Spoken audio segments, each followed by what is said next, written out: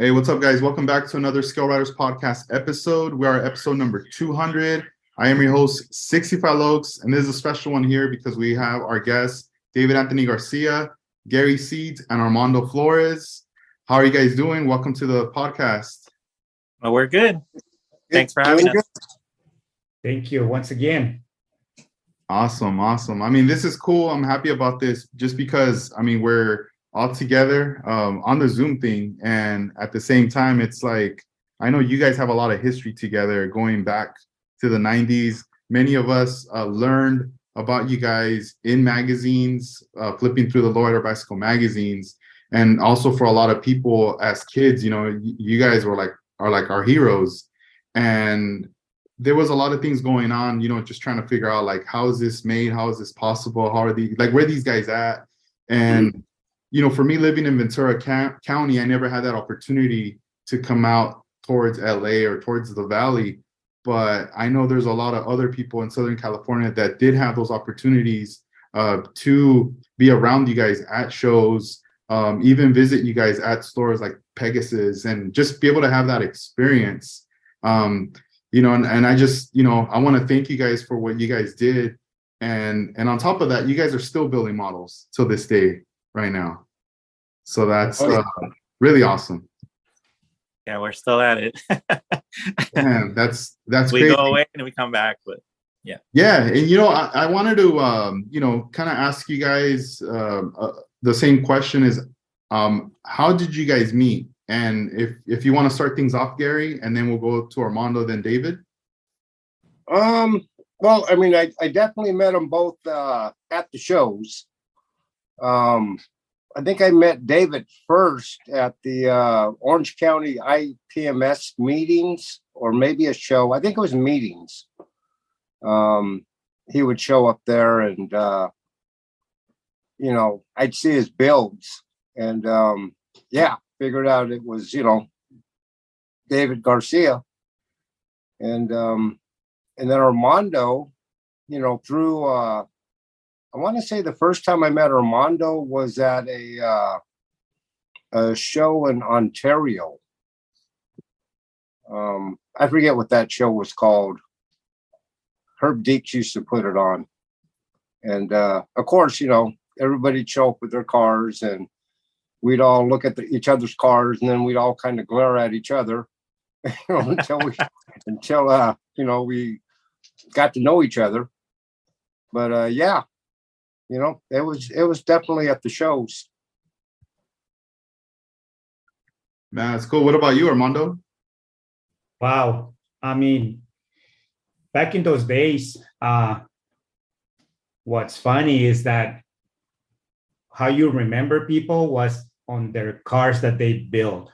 And when you see a car, you almost recognize, who built that car? And Gary Seeds was there, David Anthony Garcia was there. And I'll tell you the truth. Those two guys were my competition. And those two guys made me who I am now because of the competition. And when we see each other's work, it was something that, I wanna beat that. I wanna be better than that. And it influence you to do better for the next one. And I tell you, those two guys were super great, and they still are because we're still doing it. So, I kind of remember Gary and David back in Ontario, back in San Diego at the lower left, and also at the fire station that used to be over there in San Diego. And but we always keep in touch. We always keep in contact and following our art and our culture and our things that we wanted to do. And I guess we went different directions, but we all thought the same. Like David Anthony Garcia got so involved in cars and paint striping, and every time he did something, it was giving me motivation to continue. When I see Gary Seed painting cars and doing graphics and all that, same thing. So it's weird how long it's been. It's been since the 90s. So I would say 25 plus years. And man, early 90s. Early 90s. Yeah. We still doing it, and we still have the same passion. And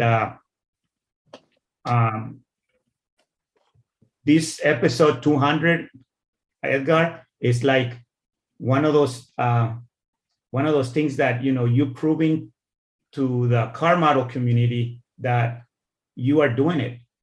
To do 200 episodes and to cover all these people, it's like there's no one doing it.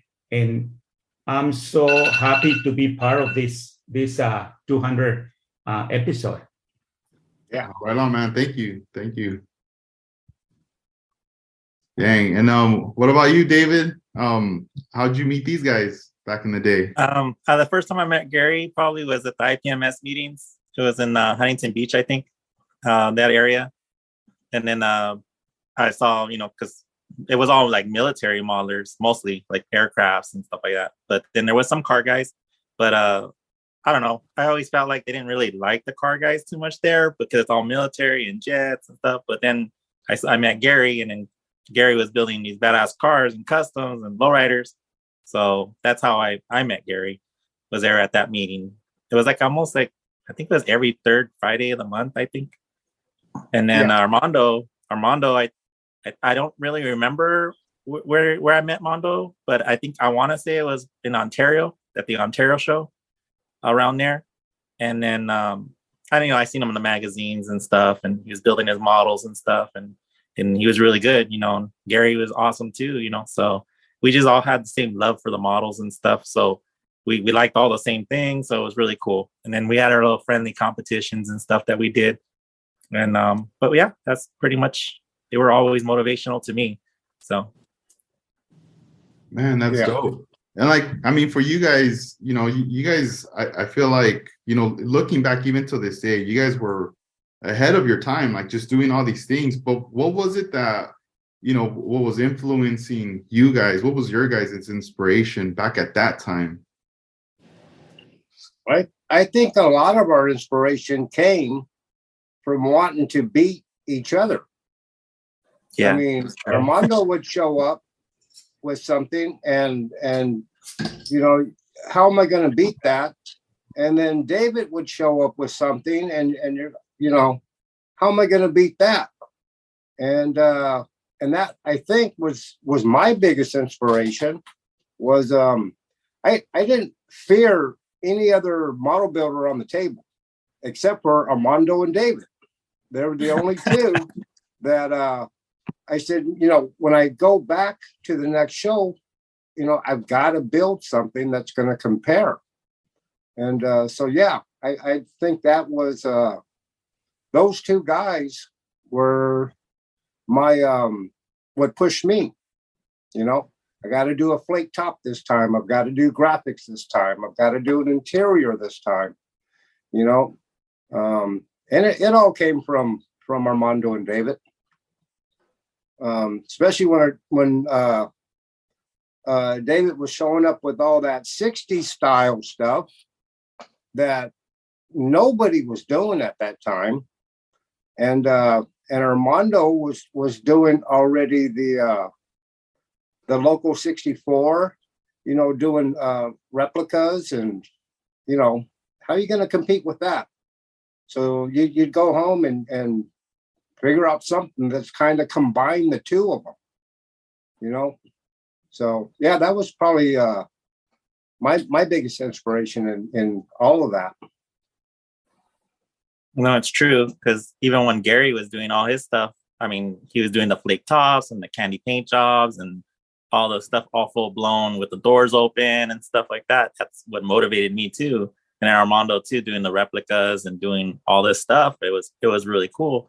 So I think it was like really kind of a competitive thing in a way, but a friendly competition, because we just loved it. We just had to outdo each other, you know, and we all wanted us, we all phone calling each other and seeing what's going on. And then some of us wouldn't tell us, but then some people would.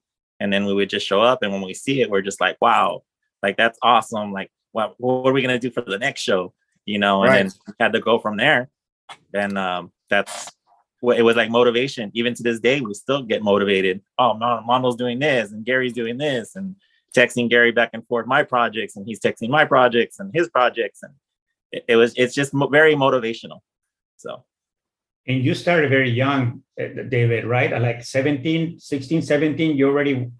Probably about 16, 17, because I was working at Pegasus Hobbies in Whittier, in Uptown, when they had it in Uptown Whittier. And I started when I was 16 years old. Yeah. Yeah. I used to buy all my stuff. And then that's when they said, like, hey, you're in here a lot. And what do you build? And then I showed them what I built. And then they're like, hey, you want a job? And I'm like, yeah, but I'm not of age to be working yet. And then they're like, no, it's cool. Sorry to say, but paid me under the table. And I just started working. And then I lasted there, I want to say 7 years. And then that's when they closed the store.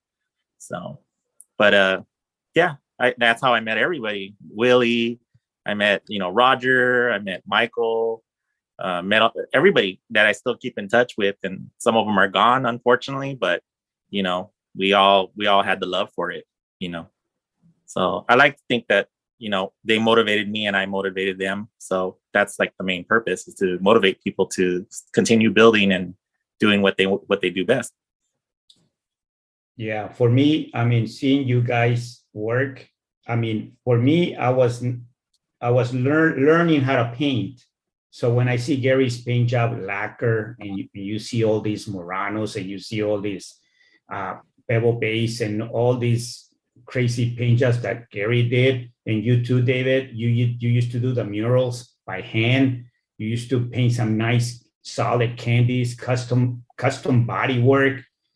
I wasn't doing that. I was just more like trying to do a replica of something that it's already there. But you guys were doing something that it's in your mind, something original. So for me, I needed to kind of like bump my step by doing the paint jobs the way, you guys were doing it. So that pushed me more to continue doing all these cars and seeing the real lowrider world, like out there with new cars getting done, new paint jobs. And it's funny because you see a car that is nice, and then next thing you know, David Anthony Garcia got involved. Oh my God, no wonder it's nice. Or you see Gary throw that paint job on that car. I'm like, okay, there you go. See, for some way or another, we still connected, right? And another thing that I wanted to say is, even both of you were part of Masterpieces in one time. You guys really got involved into the Masterpieces Association. And I want to thank you guys for being that part of it. Oh, yeah. No, I still consider myself a honorary Masterpiece member / down to scale member, No, it's true. We never get away from it. We're always going to be from the start to the finish, Yeah. Man, that's awesome. I wanted to also ask you guys, like, if you could take me back to like those competitions, as far as like the element of surprise, how you guys would keep projects kind of secretive and bust out the day. Because I've always heard stories of the excitement of people wanting to see what you guys were going to bring to the table. Yeah, that's kind of I guess it's true what you said. You heard like everybody talks about like, oh, I wonder what Mondo's going to bring. I wonder what Gary's going to bring this time. I wonder what DA is going to bring this time. David Anthony. And then, but we would always kind of keep it under wraps because we just didn't want them to know, or we just wanted to surprise them and show up with something. And then sometimes we'd say it was a certain project, and then all of a sudden you bust out with something totally different. And it was kind of like a, haha, I got you kind of thing. But yeah, it was, I want to say probably one that I can remember the most is a San Diego show, I think. And then that's when I remember Armando coming into Pegasus Hobbies one time, and he was talking about the Vegas car. And then I had built a Vegas car too, but I didn't really quite finish it. And then I just got more motivated on the project. And then Armando already had he said, he had it out before then, I want to believe. And then he showed up at the San Diego show. And then And then nobody knew really because I was working. I'm not lying. I was working on it probably 24 hours a day. My parents were helping me. My parents were keeping me awake. All the lifestyle club members, they all joined in and started giving me stuff to, or helping me with the project. Joe Ray too, like he invited me to his house. I remember he called me once, and then I was like, oh, Joe Ray, like, why would Joe Ray be calling me, And then I remember Ralph, Ralph Ramirez, he had told me, hey, how come you haven't called Joe? And then I was all like, oh, well, I don't want to bother him. Like, that's Joe Ray. Like, why am I going to bother him? He's like, no, he wants to talk to you about your model. And I'm like, why would he want to talk to me about my model, And then he's like, well, because you're building the Vegas car and this and that. So then sure enough, I called him, and then Joe Ray talked to me about it. He's like, oh man, I heard you're building my car and this and that. And then he said, oh, why don't you come down to my house, and we could talk about it. So I went to his house. Ralph took me over there, and then he showed me the Vegas car and everything, the lifestyle casino cars, but he said it called it. That was the name. And then I saw the car. He lent me some bolts to get the car color matched, the whole thing with, because basically the model that I have is, it's very accurate, like on the colors, because all the colors is what Joe Ray said they were. So Ralph did all the mixing for me for the job. And then I remember Joe Beadle, he had all the gold chrome plating for me, and he had the connect, so then almost, like, I'm not lying, it was probably like maybe about 4 a.m. before going to the show. And my parents drove me, my mom and dad drove me all the way over there. Everybody went. And then that's when I showed up with the car. So it was kind of like, everybody was like, wow, there's 2 Vegas cars. Oh my gosh. And then I remember Armando Avila, he had his, and there was 3 of them, because Armando Avila is actually the first one that did it that we know of. And his was already done for a while. Like we all just loved having the car. So then just seeing all the cars there was just, everybody was just so shocked, So everybody was just like, wow, I can't believe there's 3 cars, like the same thing, and it's like, but it was a fun time. I mean, we just everybody was on all together, everybody was like very surprised, and like was like kind of like a big thing, kind of like how big car shows are too. So everybody's just anticipating what someone else is going to bring, or what do they do to the new project and this and that. So I don't know, that I thought just I'd share that. So I remember that day. I remember the end of that table had more people standing around it, where those cars were, that you couldn't even see what was on the table. And it was like that all. And, the lowrider class was always huge. It would take up, a 30-foot table, just packed full of models. And, but yeah, I remember when that busted out. Yeah, I was there that day. I remember working on Las Vegas car for days and nights, and it was 10 o'clock at night, and I was still working on Las Vegas the day before the show, and I wanted to finish it, and I worked until 5 a.m. I slept 2 hours, and then I drove from Lancaster to San Diego, which is like 2 hours drive, and I made it.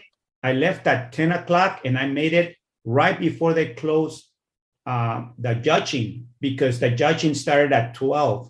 So I got there like with the doors almost ready to close. I came in, I put the model, the Las Vegas car on a turntable, and I left. I didn't even, I mean, I just drop it in there and left, because the rules is that your car has to be there before the judging time. So a lot of people didn't know that I brought Las Vegas car until they came back after the judging. So even David DeVaca was judging that day, and he remembers not seeing Las Vegas car. And then when everybody left and closed the doors for judging, he saw the Las Vegas car, and he's like, "Oh my God, look at this!" So it was a mission to finish that car. And for me, I picked that car because it was lowrider of the year. What's the best lowrider out there? Why don't I just make it after Loco 64? Why don't I just make Las Vegas car? And that's when I started doing all these replicas, because I was thinking like, if I'm going to spend hundreds of hours on doing a model, might as well use it on something that is like worth build. And I've been doing that, and it's been like, like a challenge all the time. Like, how can I get as close as possible to the real car on a car model? So that's always been my vision. And competition, it's what push you to where you are right now. Right. Man, that's cool. Armando, what's in front of you right now? What model did you just place right now? This is just a latest model that I'm doing from the car club called Genocide. And this car, it's not finished. It's just like, ready for some clear and some little bit of touch up. But it's coming, simple. It's come along. But it's a challenge again, And but this is just what I'm doing, lately. But we're talking about, the old times, which is, Yeah. kind of like where.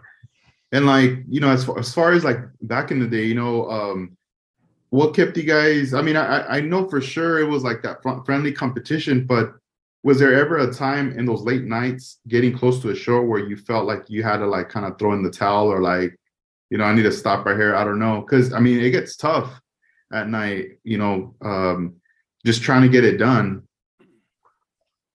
Back then, never did you stop. I've worked on model cars till 3 a.m. to be at a show the next morning at 9 o'clock. And we still do. Yeah. Yeah. you don't stop till it's done.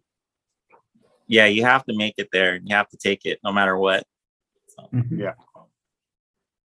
I mean, sometimes you think about it, but then you're like, no, I gotta go. I gotta do it. And I used to like the old times more than now, because right now you post pictures, what people know what you're working on. So you give a little bit of you post a picture, now people know what you're building. But back in the old days, nobody knew what you were gonna come in and bring. And I remember when I'm walking to a car model show, and David and Gary will agree on me on this. As soon as you walk in, the first thing you see is Gary's car all the way over there, and you see the paint job from like so many tables away from it, but you still spot that car from far away. And or David Anthony Garcia's car all on the other side. And when you're ready to put your model, like I was so nervous that sometimes my hands were shaking, and everybody's watching you when you pull in your car model and put it on the table. And I used to always say like, oh, I'm going to get there early so nobody can see me, and I can just put the model and then, just put it with time. But it was never like that. It was always like running late and try to make it to the show. And next thing you know, everybody's there. It's like, that was like, but you have to put the model. But as soon as you put the model, that's when the whole show starts, because everybody, as soon as you drop the model, everybody's just like asking questions, and they want to know how you did this, how you did that. And the whole thing starts right there. Yeah, that is true. I remember like when you put the model car down, everybody's just anticipating. You're just waiting, because like even before when I first started, I had no cell phone. We had home phones. So we were always either calling each other like at 3 a.m, seeing how things are going back and forth. Hey, did you get it finished? Not yet. And then the minute we put it down, they anticipated, like they're I guess, like I like to say we're lucky that we're the people that they were anticipating, being there. So I always anticipated what Mondo was bringing, what Gary was bringing, what others people were bringing. So it was a lot of fun, back then. I mean, like Mondo says, it's not that fun. I'm not saying it's not that fun, but it's just that everybody knows what everybody's building now. Everybody's posting, everybody's putting pictures up. So, but yeah. Yeah, and what's great is that, let's say David will bring a car, right?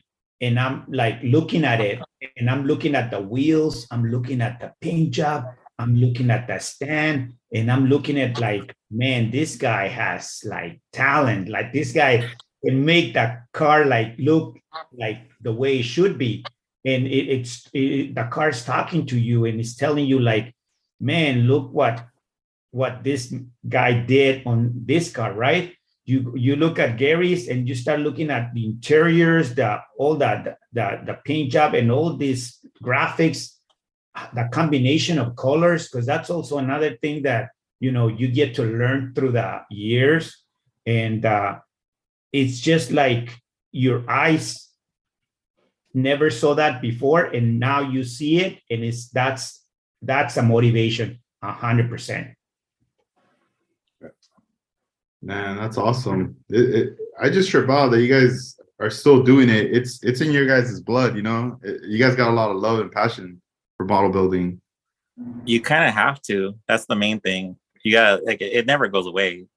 Like, I mean, when I got sick, I mean, a lot of people didn't know I got sick, but when I got sick, I couldn't wait to get back to it, you know. So I'm just glad that I was able to recuperate and get back to it and start building models again. Because I'm not gonna lie, it's kind of relieves the stress, and it takes you away from your other projects and customers' projects, and you just kind of have to go with it, because that's the only thing we live. You know, we live with it. You know, so I mean, my parents brought me into it, and it's like that's all I've ever brought into is cars. You know, boats, planes, whatever's cool. You know, so it's just yeah, it's good to be doing it again and still doing it.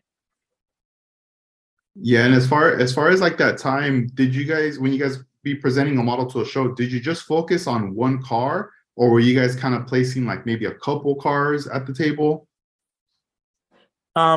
We sometimes had like one major project, and then whatever else we were building at the time, we would bring them. Like I used to bring maybe like when I brought Vegas, I think I only brought Vegas. That was it. And then when I did go to other shows, I had brought my customs and my hot rods, and then some more other lowrider stuff and things like that.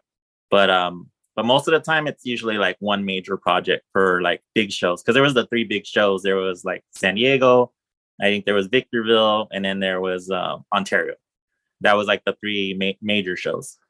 So like that was like, and then when they did that model car of the year, they did that. I didn't really compete in that too much. I think Mondo did, I think. And then we just like, it was like, that was the 3 shows that were connected. Like whatever place you got in all 3 of those shows, that's when you became the model of the year.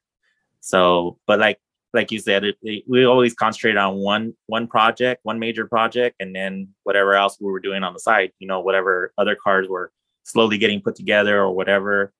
Because even when we, like, sometimes, I know Gary knows this, like sometimes we bring a car out, and then when we come back to the next show, there's other parts on top of it. Like we modified it, made it better, you know? So yeah. I've done that, you know, it didn't have a motor at the time. Now it has a motor, you know? So, but yeah, it was fun. I mean, I'm not gonna lie. I mean, it was always like, there was so many models. I remember one time, I think it was, I want to say Victorville, there was like almost like 580 people or cars, and it was jammed. Yeah. It was packed. Yes. And right now, you just said there was like a connection between those 3 shows. That's pretty cool. So like, did you have to place first place in each show to be like the model of the year? No. Yeah, it wasn't. Yeah, well, it was a model of the year, but it wasn't like the lowrider car of the year. It was like, it was open to everything. So whatever anything placed, like Ferrari or, you know, or a classic car or, you know, or stock car rebuilt or whatever, that was whatever one. I guess I want to say they went by a point system. I think I'm not sure. They did. I think Mondo probably knows more about that than I do.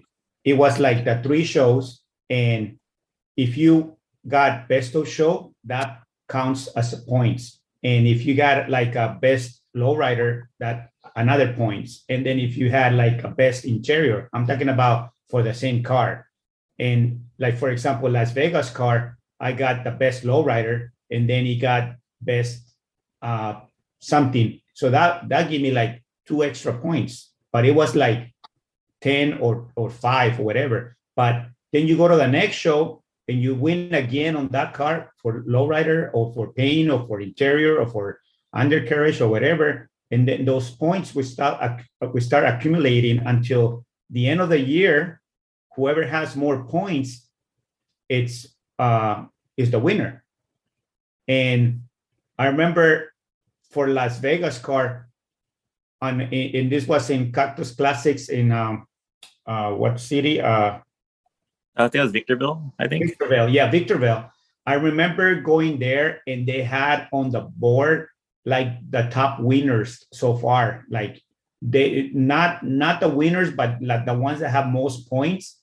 And I was like, wait a minute, if I got best of show, best lowrider, and best of this and best of that, my points should be at least in that list. And I asked them like, hey, how come my car is not in the list?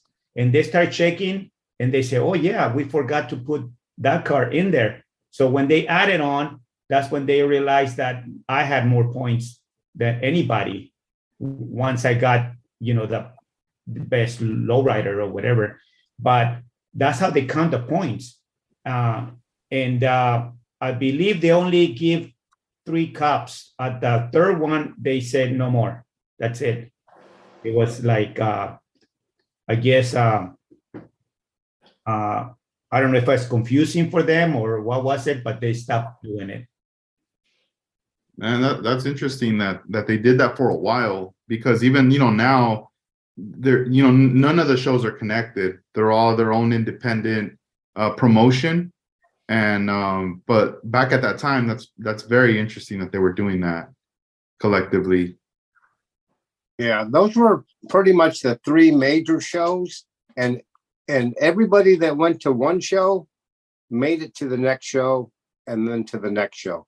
So we saw all the same people at all these shows pretty much. And yeah, so they were fairly connected.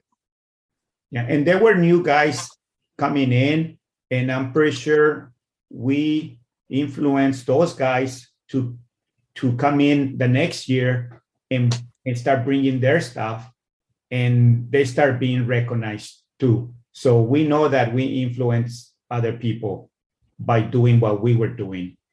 On the tables, you go back when Gary was putting 5 cars in there, David Anthony Garcia was putting another 5 cars, and I'm putting another 5 cars. Next thing you know, you see 15, 20 cars on the table that were like competing. It used to look so nice on the tables, like it's like a real car show, because the paint jobs and everything was there. Like the competition was really there, on wheels, on paint, on interior, chrome parts. It was like the top you can see.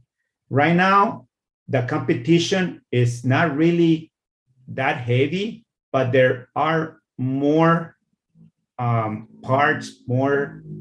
The technology has changed so much that now we can make what we used to make before if we want to, because the technology is there.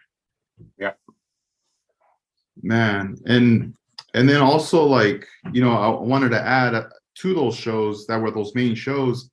During that time, we had the Lowrider Bicycle magazine, and you guys were being featured. Did that add to, some kind of like, how can I say, like recognition, like where people are, kind of like, hey, that's David right there. He's in the magazine. Or there's Gary, in the magazine, or Armando. He's on the cover. Yeah, that definitely helped.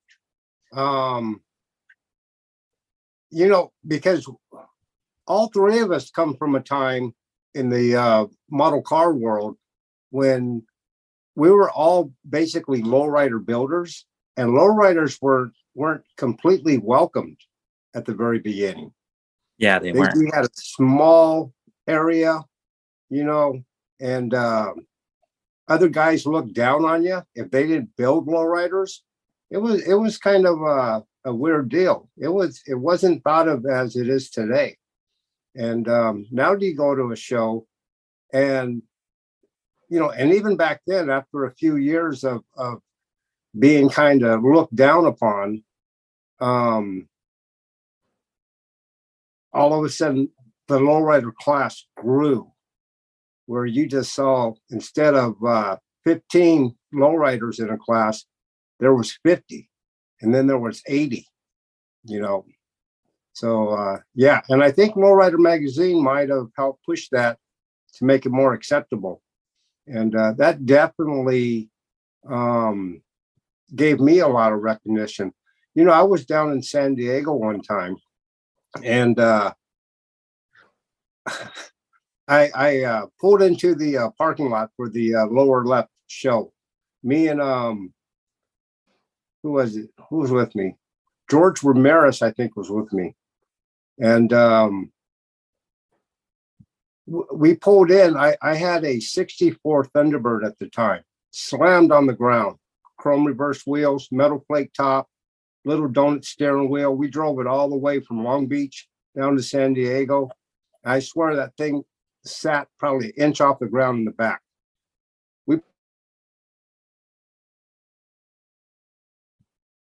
Oh, hey Gary, I think the sound cut off. Can you guys hear him?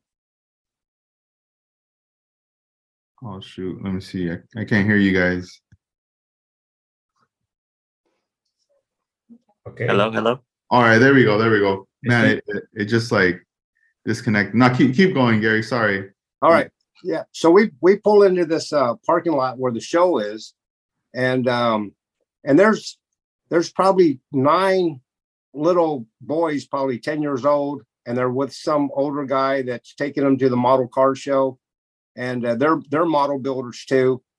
And as we drive past them in the parking lot, I hear these kids say, they're looking at the car, because of course the car is a lowrider, metal plate top, this and that. And I hear one of the kids say, "Oh man, that's Gary Seeds."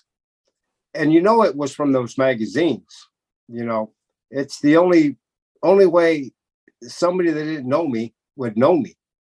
So yeah, I got a lot of recognition from that. I've even been at these model car shows, and some kid would show up with his dad, and his dad will say, "Yeah, he's kind of embarrassed to ask you, but will you autograph his Lowrider Magazine book?"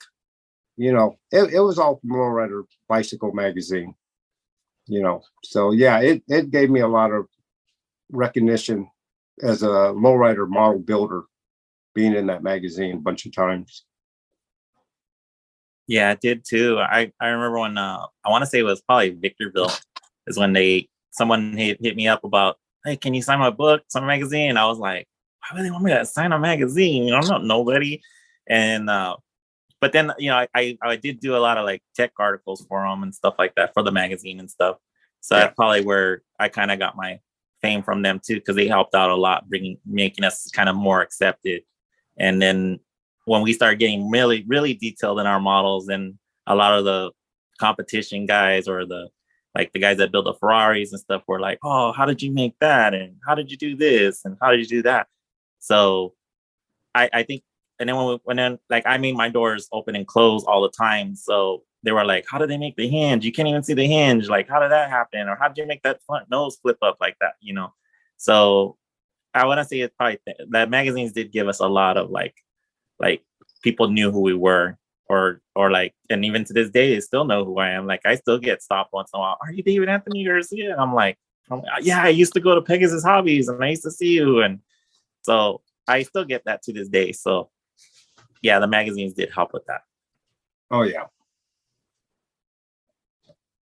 And that's a trip, because even on some of the covers, I remember mentioning to you, David, how they would have like the bike, and it was like matching with your build, like the color palette of the mag. Yeah, I think that was the truck, right? Wasn't that the truck? Yeah. I remember. And even the Highlander too. It was like the Highlander also, like purple. Yeah, it looked dope. Yeah, that was cool that they did that. I don't know if they did that on purpose, or maybe it just happened that way.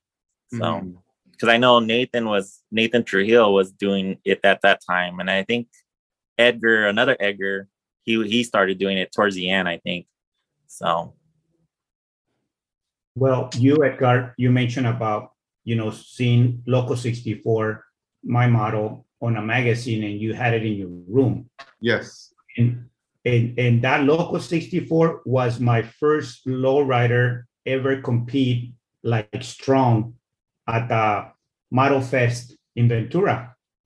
Crazy. And let me show you here. Let's see. This is Model Fest 1995. Wow. This is when I first competed with Loco 64, and I got the first place in lowriders in Best of Show.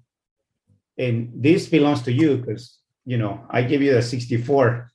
Dang, thanks. Yeah. I mean, it's in my room, man. This has to be together with that Loco because I mean, it's crazy because I expressed to Armando years back that I still remember, as a kid obtaining the magazine where his car was featured in there, and I always loved in the magazine how you would get the build, like they would use pretty much a whole full page that basically give you that chance to, like, you could cut the page out and, like, as like a little mini poster, because it wasn't like the 2-page spread, it was just like a 1-page.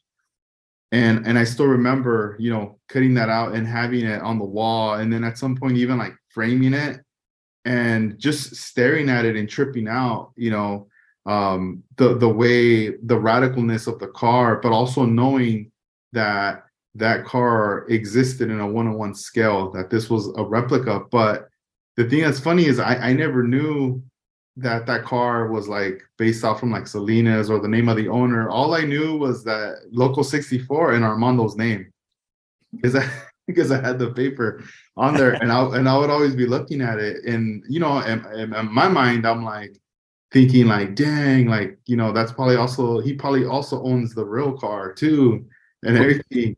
And I mean, I just tripped out, like seeing, all the details that were in there, even just the coverage that was in the rest of the magazine of the car. I was just so blown away from it. But then what really like blew my mind was years later when I got back into model building, and me and Armando, we connected through Instagram, and he invited me like, hey, you should come check out my spot. And I was like just tripping, going, what the heck? Like, like this is the guy, this is Armando from back in the day. I had pictures, that picture was on my wall, it looks like 64. And then to finally see it in person, and I remember Armando's like he's opening up his case, he's taking it out, and he's like, pull out your hand, like, here, hold it. And I'm like, no, like, I thought I was gonna drop that thing, And he's like, no, don't trip. And then I was like I couldn't believe I was like holding that car that, so many years ago when I was a kid, I saw that car. And then now, we put on the table, and just having that opportunity to be able to see it, up close and personal, that was like crazy. And then just later, years later, he's just like, hey, here, I want you to have this car. And I'm like, what the hell? Oh, wow. And I mean, I have it, it's in a case, and it's in one of the, like a special case I have that I could see.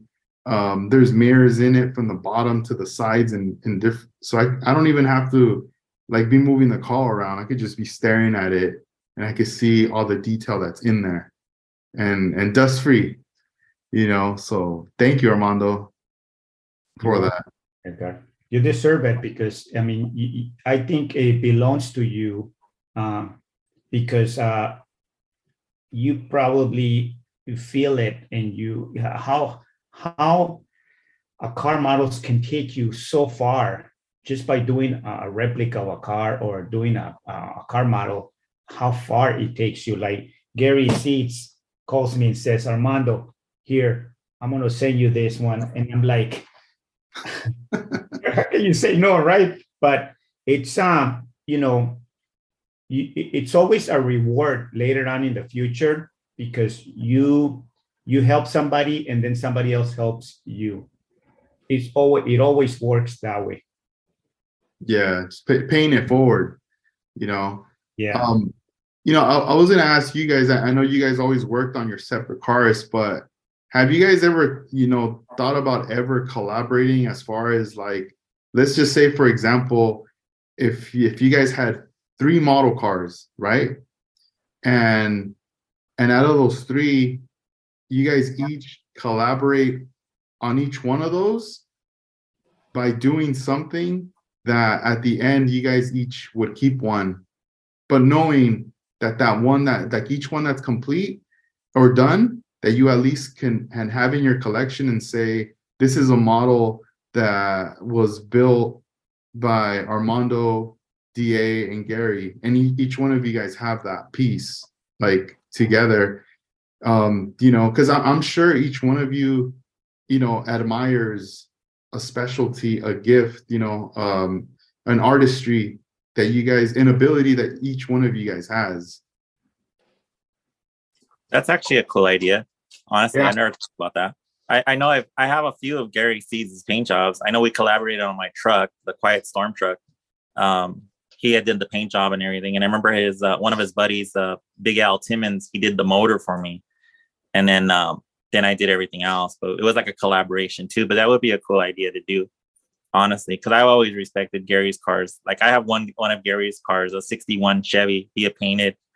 I don't really remember how I got it. I remember it was just the body, I think, and the chassis but I remember seeing the car at the show that I fell in love with it. And then one day it was just offered to me. So then I took it. And I think I was even texting Gary. Gary was asking me about it. And I told him, I still have it. And I showed it. Let me see if I could kind of show you where. Let me see. It's an older model, but. Oh, you can see it. Sorry, pardon my hands. This is it here. But I remember the metal flake toss that Gary did, and I kind of added my own thing to it, but it still looks like the way I remember Gary doing it. Yeah, that's got to be the early 90s too. Yeah, it's just long while back. But yeah, that would be a cool idea. Yeah, I mean, it's just one of those things, it's something I think it would be very meaningful. I mean, especially for you guys, just to have as part of your collection, I guess it would just have to determine as to like what car and narrow it down. Or maybe make it like a one car, like one certain body style. Like let's just say we said 61 Impalas, and we all did a 61 Impala, but we all each have our own 61 Impala. Yeah.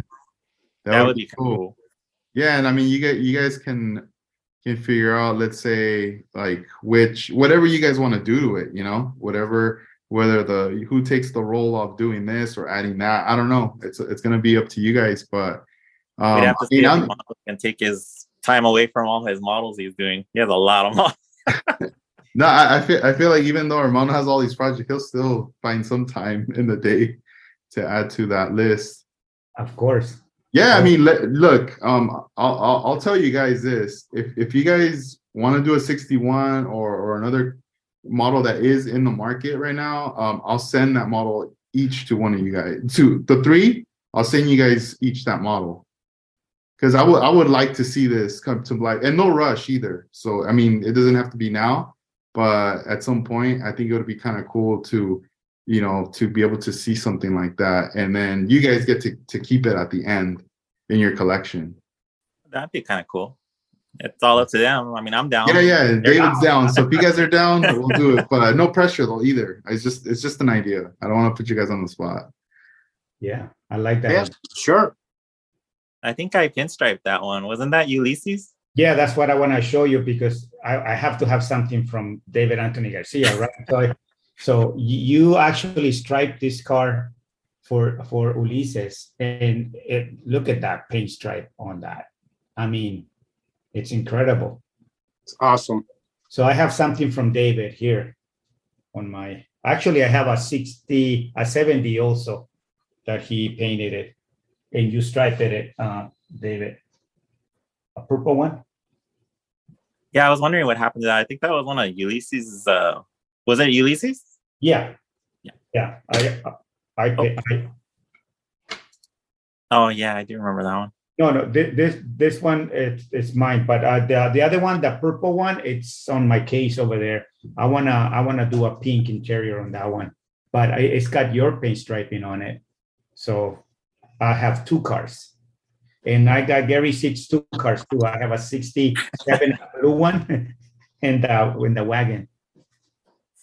Man, that's dope. Hey, David, I know right in front of you earlier you have the Highlander. Can you showcase that car for us? Yeah, I still have it. Hold on, I know a lot of people always ask me, "You still have that? Can I see it?"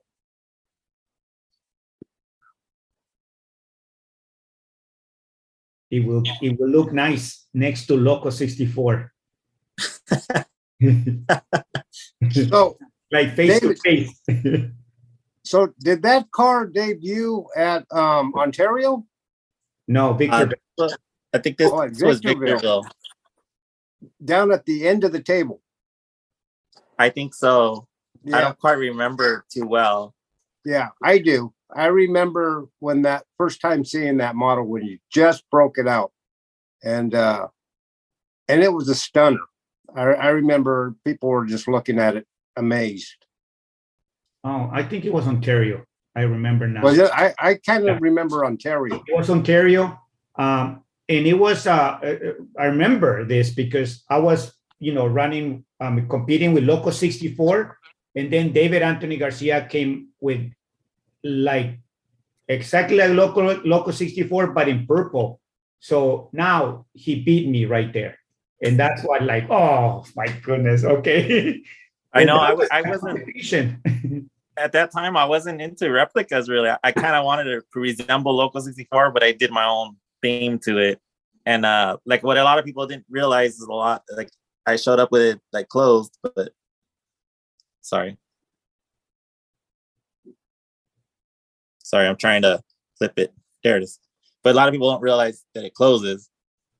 Yeah. So everybody used to trip out because like back in the day, they didn't really care for the lowriders too much. But then everybody's like, "Oh my God, it closes too."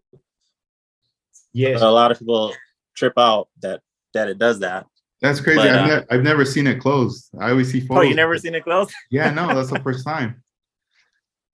Yeah, I remember Yeah. I asked you, David. I told you, like, does it close? And you closed everything for me, and I took pictures right there on the table. I remember you were always with your camera. You always had your camera. Always. I have everything on video, and Edgar knows because I send them.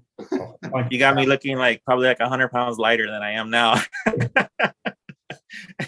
I remember looking at Javisa's videos. He posted a couple of videos of me when I was working at Pegasus, and I was like, "Oh my God, I'm like half a guy. Like, what the heck?"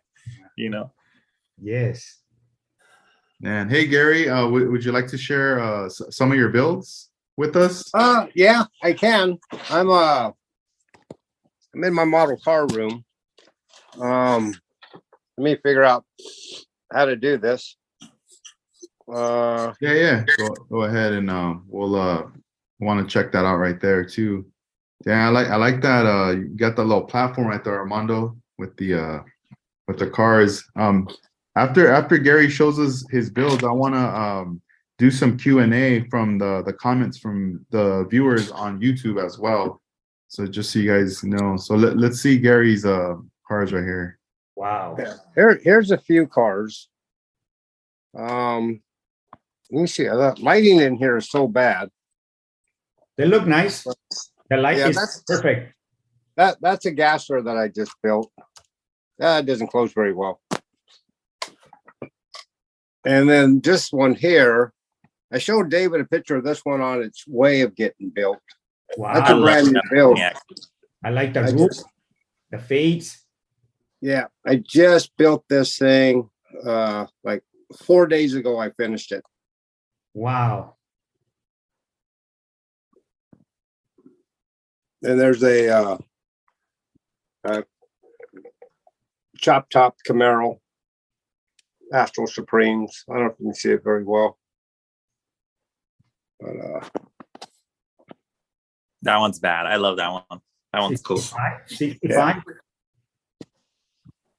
Let's see.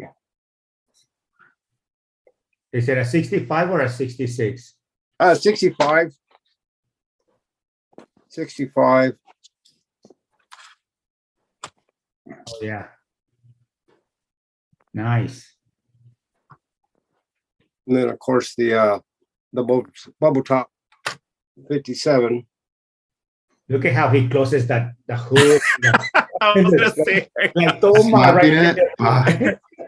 we're all like this, barely like doing this, and Gary's like, slap the hood. And then the old one. Oh, that's the Yeah. Yeah, that's the one one. that. Yeah. Yeah, that one's been around for a long time. Did that one ever get sold, Gary, and you got it back Yeah. or something? It right? got I heard the sold. story. I sold it to a guy named Ken, who was a friend of Brent Chapman's. And then Ken had it for years, I guess. And then, of course, like every other model in the world, Brent ends up with it and decided to put it on eBay. Well, Dave DeBaca saw it on eBay. So he contacted me and said, "Hey, you want that car back?" And I go, "Yeah." So he got it from Brent, and then I made Dave DeBaca a deal on it. And that's how the thing came back. Oh, wow. It deserved to be back. Yeah, I'm glad to have it. I don't know if you remember Bobby Macias. I remember Bobby. Yeah, Bobby built the motor in this car. Hmm. And I'm trying to, let's see if I can get in there. Yeah, we can see it. But it's highly detailed. I mean, it's got a transmission dipstick. It's got an oil dipstick. It's got carburetor linkage. Let me pop the hood off. There we go. Let me see if I can get a little bit better light. But yeah, so yeah, I was glad because I got this body from James Bonsell, and Bobby built the motor, and then I did everything else to it. And at one time it had working headlights and tail lights and interior lights. I don't remember what the bottom looks like. Yeah. So that was it on the bottom. Wow. And it's all the way to the floor too in the back. Look at that. Yeah, it's slammed. Yeah. Slammed, and then it had the I remember the flamed interior. Mm-hmm. And the old style hydraulic pumps that everybody used to have, the one piece aluminum. I think that was like Fine Line Engineering was doing those before Pegasus, right? Yeah, I'm not sure where I even got those, but I know I used to put them in all my cars because that's all I could get. And then, of course, here's some other things.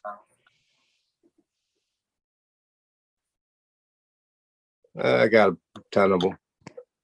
I got them over there. All of our rooms look the same almost. Yeah. Look at all the crap I have up here. Jeez.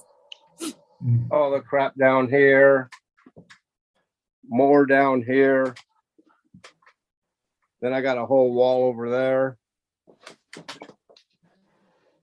And then inside the closet, it's just too much. Wow. It's too much.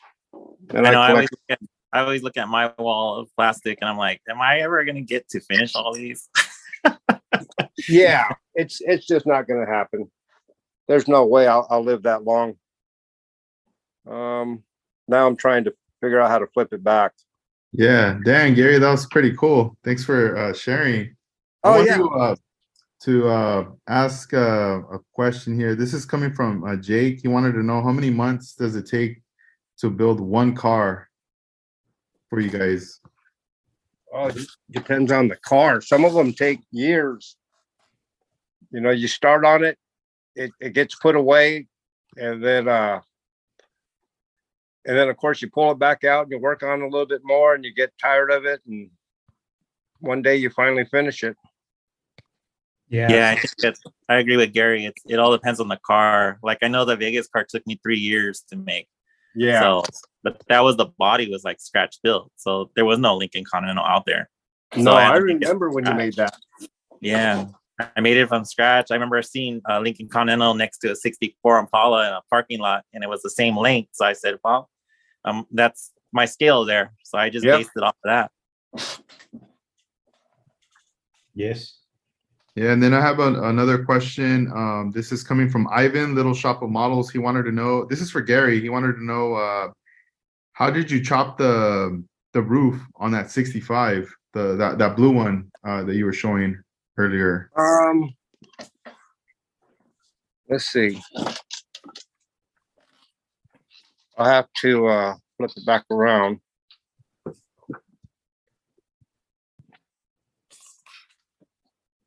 What I did here was I cut it across here first, and then I pie shaped here to there, and then leaned the roof downward. And I end up having to trim this, but I think I also had to bend it out a little bit. But then I had to rework this whole section here with a body filler. I did a tutorial once on how to chop these tops, and I want to say it's on Car Model magazine, and it shows a step-by-step how to do a 65 Impala top. But yeah, there's a lot of cutting. Matter of fact, when I cut this and leaned it so forward, the rear window looked so big, it looked like a shower door. That's why I end up filling it and then cutting these diamonds into it. That looks like a crack back there, but that's actually the trunk line. But yeah, I hope that helps, Ivan. Nice. And for you, David, I know you did a lot of articles for the magazine, a lot of tutorials. Out of all those tutorials, was there one that either stands out or that a lot of people thanked you for from the magazine? I'm trying to remember. When I got sick, I don't have a lot of memory from like I'm catching up on stuff. So yeah. I don't quite remember that much. Yeah, I mean, I can mention one for me that like stood out, and I remember even friends talking about it, was like one of the Impalas, I believe it was like the 64, like how to drop it and lower it by doing like the little holes, adding the styrene and then doing the little holes. Oh yeah, okay, that one does come to mind. Yeah, that one was pretty. Everybody cool, was man. tripping out because it was like posable. I mean, it didn't pose a lot, but I mean, it posed. Yeah. Not because like I see a lot of people, they're doing a lot of crazy framework now too. Like I think it's the Mad Fabricator or somebody on, I forget what his name is, but he has a lot of the like posable chassis now and stuff. So, and I guess a lot of guys are doing dancers out of them and stuff like that. But everybody did like the posable one. Yeah, I remember. I think it was a 63 Impala, right? I think. Yeah, I don't know if it was that one or the 64, but because I remember expressing to Armando that back when I was going to the hobby stores, I wanted a 63 Impala, but they didn't have that. All I would see at that time was 64 Impalas, 59s, and then 58s, and then later they started bringing in the 65s, the monogram ones. But I remember always asking, like, I want a 63, and they were like, no, we don't got those. I remember when 63, that Model King came out with the white box with the black 63 Impala, like an outline. Mm-hmm. And it was Model King. I remember we were selling them for like $30, I think. Now it's like $80. But anyways, like people were grabbing those like crazy, but we could keep them in stock. It was like everybody was buying because it was a 63 Impala. But that's the only time I remember. I remember, yeah, they always had the 64 Impalas. 65, 59. Now they have the 65. But I do remember, yeah, I remember you were telling me about that you wanted a 63 Impala. Yeah. So that one from Model King, was that like the first kind of introduction of a 63 before, it started to be mass produced? It was actually off of the old AMT molds. But okay. Model King it was like I guess it was like a little branch from, I don't quite know the story, but I know Model King would come out with different kits that weren't available. Like they bought the rights to, I guess, to get them printed or to get them done, like get them made. So that's the only thing I remember. And I never really looked into it really. I remember it just said Model King. It had a sticker on top of it. It said presented by Model King. And I remember I bought a few of them, but that was the only way you can get a 63 back then. Yeah, I still have a box of that one unbuilt, untouched. It's still there in the box. There was something about he had to run 5,000 copies of something. He had to actually pay to have 5,000 copies made of whatever kit he was coming out with. And that's how he was able to grab them. Dave Burke, I think was his name, or something like that. Because he's still out now, right? Or no? I see some that say Model King on them. I don't know if it's the same person or not. Yeah, I would imagine it would be the same guy though. He was pretty heavy into models. I remember when he released the Snake and Mongoose set. And yeah, that was his big thing. He was selling Snake and Mongoose decals for a long time before that kit came out. So oh wow. There was also a Chevelle, like a Malibu, like a 70 something, 71 maybe. It's also a white box. Yeah, a stock car, race car. Yeah. Yeah, I have another question. This is by Jake. Again, he wants to know, how do you guys feel about the prices and model kits today? Like, if you guys could think back from back then, comparing it to now. Yeah, I remember when I started getting back to models, I was like $29.95 now, and back then it was like $8.99, $9.99 for a 64 Impala. Now it's like $39.99 for a 64 Impala.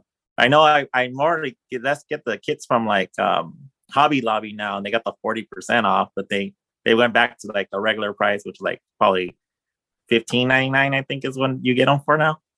But yeah, the prices have gone up a lot. Yeah, I go all the way back to where you used to get them for less than $10, like $2 and something. And you can go to like Alpha Beta. It's a market. It's like a grocery market, and they will have car models. And car models were like regular stores, and that's how you were able to buy car models, because they were like less than $10. Yeah, and you could buy them everywhere. You could buy them Alpha Beta. You could buy them at Save On. You can buy them at Thrifties. I remember Kmart. Kmart used to have them. Kmart. Yep, Kmart. And now nobody's got them. Not even Walmart, I want to show you guys this. I found this from Hobby Industry of America Model Building Contest. This is my first official contest at a hobby store. It was one of those KB Hobbies or whatever, Michael's Toys. This is Armando Flores, Michael Toys, 1986. Wow. That's crazy. That was my first trophy ever that I felt. I mean, I was so proud of, this. Sure. Dang, you keep that all pristine, huh? Look at how crisp it Yeah, is. it's all Brand nice. new. Still, and 1986. wow. Check this out. Who remembers this? Oh, Big Kids Enterprises. Big Kids. Gary Yeah. knows about that Right. place. And Yeah. And this is their flyer, like that. Look at complete custom Impala 64. How much is it? $300? Wow. They did hop pretty good though. I'm not gonna lie. Damn, that's pretty dope. I remember Gary probably knows that one. Mad Dog used to work for him, right, Gary? I remember when Mad Dog worked there. Yep. Yeah. Man, at that time when Big Kid Enterprises was around, was there any kind of rivalry between them and like Pegasus, or no? Mm-hmm. Like as far as like store competition. Well, Pegasus kind of went into the lowriding thing a little later, but I mean, Pegasus did do a lot more stuff than they did, but I think there were big kids. To me, it was like they used to carry a lot of the resins more. They used to build the hoppers, and everybody was all about the hoppers and stuff like that. That's from what I remember. I actually, throughout my life, I never been to big kids. I always wanted to go, but I never went. And unfortunately, I guess they kind of closed up. I guess I don't know. Gary probably knows more on that than I do. Yeah, I think there was no rivalry between the two shops. I think it was big kids that didn't like Pegasus, where Pegasus didn't even think about big kids, because I remember once in a lowrider bicycle magazine that they had mentioned that I buy all my stuff at Pegasus Hobbies, which Dennis would sell me stuff at a cut price, and so I could build whatever I was building. And for I never told them I bought my stuff at Pegasus, but they put it in that magazine, and Dennis saw that, and he was freaking pissed off at me. So you didn't get your discount anymore? I don't. Probably not. But yeah, and then Mad Dog started working there, so everybody got a discount. I remember Mad Dog. I think I met him like maybe twice in the beginning I think you were in the club still too, but in the down the scale. I remember we went to a meeting. I forget it was at a restaurant or something years ago, and Bobby was there, James, everybody was there. I remember, and then you had the other friend Martine. I don't want to mention. I don't know. Yeah. Oh man, that guy was something else. Yeah, I wanted to let you guys know, David DeBaca, he's in the chat. Oh, cool. And he wants to know if you guys could talk about the wheels that you guys used back then. That's a good one right there, because I always wondered, like, even by flipping through the pages, where are they getting these wheels? So if we could touch on that, on the wheels you guys used. Well, I know Armando always used his wheels back in the day. I know that he was making them, machining them and everything. I was amazed. I was like, oh my God, these rims are badass, and the tires are cool, and this and that. And yes, this wheel is the most original masterpieces wheel, and it's still like my kind of wheel. Every time I put him on a car model, it's there. But on Loco 64 was the first time I actually compete with my wheels that people were seeing now, real 520s. I'm talking about 1990 something, right? So you never see that before. It had to be made by hand or by a lathe. But when I saw the first article of Lowrider Magazine, it talked about a guy named Mario from up north that he made these lowrider wheels, and I'm like, wait a minute, those are lowrider wheels? No, let me make some real 520s and make some rings out of aluminum, and I became, making the wheels. But that was the competition. If the wheels were there, the car it helps. It stands out, like, and that was always my mission: try to make the most realistic wheel, created. Of course, now there's Taco from Japan, Gavin, and this guy from Indonesia. He's doing some nice wheels too. Is that the Tian Dinasis or whatever? Yes. Tian Dinasis. Yeah, I've seen his wheels are really nice. Yeah, these are his wheels. These wheels are really nice. And Jerry's wheels. I mean, yeah, Jerry's also. Yeah, I remember when I was doing the Highlander 64. I remember I wanted the wheels, and everybody was using from the monogram or Revell 1965 Corvette Super Sport or whatever you call it. I don't know. I don't even know the right term, but yes. I remember that everybody was getting those wheels and making the Dayton. Like, for instance, I did my. Oh, sorry.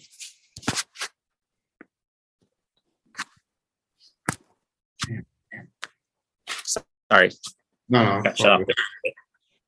But that's, Yes, that's and I used I think it was SJS or something. They did aluminum rings, but then I had the rims gold plated, and then I even did the ring on the back side. So, because a rim has the back side and has the front side. But everybody was like, "Oh, where'd you get those wheels at?" And then I did these are the Herb Deek ones, and I had to twist them and everything. Like Mondo did the same thing to his, I think. yeah. And but yeah, same thing. Just then they got Gavin has his. Oh no, actually these are SJS. Oh no, what's his name? I always forget his name. Custom, something like that. No, God, I forget what his name is. I just went blank. Jeff Metzger.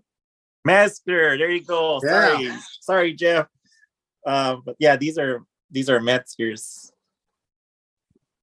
These are Metzgers here. Those are his star wires that he did. Sorry, trying to get better here.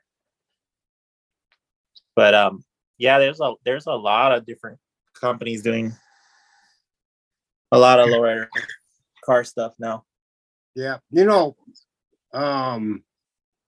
back in the day, I used pretty much whatever I could find, and but the one thing I always thought looked a lot like a 520 was a promo tire, like off of a Nova kit or a Falcon. They were smaller than what would be on a bigger Impala, and they just had that like premium look with the way they were cut. And you put a 7-inch scale wheel on it, and it looked like a 520, pretty close to one. I do have a couple of sets of wheels from Jeff Metzger, JPS. He makes wheels. pretty good. There you go. Yeah, he makes pretty good stuff.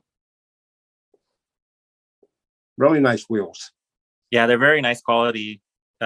Just like the Gavin's is a really nice quality also. Yeah. And I like how you guys have, like even like you, David, just showing us all the different wheels, and then them coming from different people that they were made.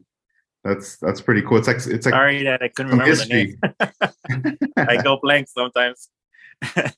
No, that's all good. Was it a headache doing the one wheels where you had to twist each spoke for like the Las Vegas car? It was. I'm not gonna lie. I don't know if Armando had the same trouble, because I know his spokes are a little thicker, so I can imagine he had more of a harder time. Because I know the Herb Deek ones are really thin, so I think I ruined probably two of them because I twisted them too much. I had to practice with it and see how many turns, and I think if I remember correctly, I think it was 10 turns in the front, and I think the back ones were 12 times, I think, to turn it. But I had to do it with a tweezer. I had to cut each spoke separate because they come like together, and they're like little sections. And I had to cut each one all the way around. So I'm over here with little tiny wire cutters, with all my primitive tools, and had to twist them with tweezers. So, but buff them first before you twist them. Right, I did the same thing. Buff it. My spokes were brass. Mm-hmm. The ones that were chrome, they were nickel plated. So once it gets nickel plated, you couldn't twist it. So yeah, when it's brass, it's really easy to twist, and it will not break because the spoke is thicker. And I was able to do 11 turns on each spoke, and I cut them individually the same way and pull it at the same time while I'm turning. And I did it on all of them. And then it looked nice. It looked all, twisted.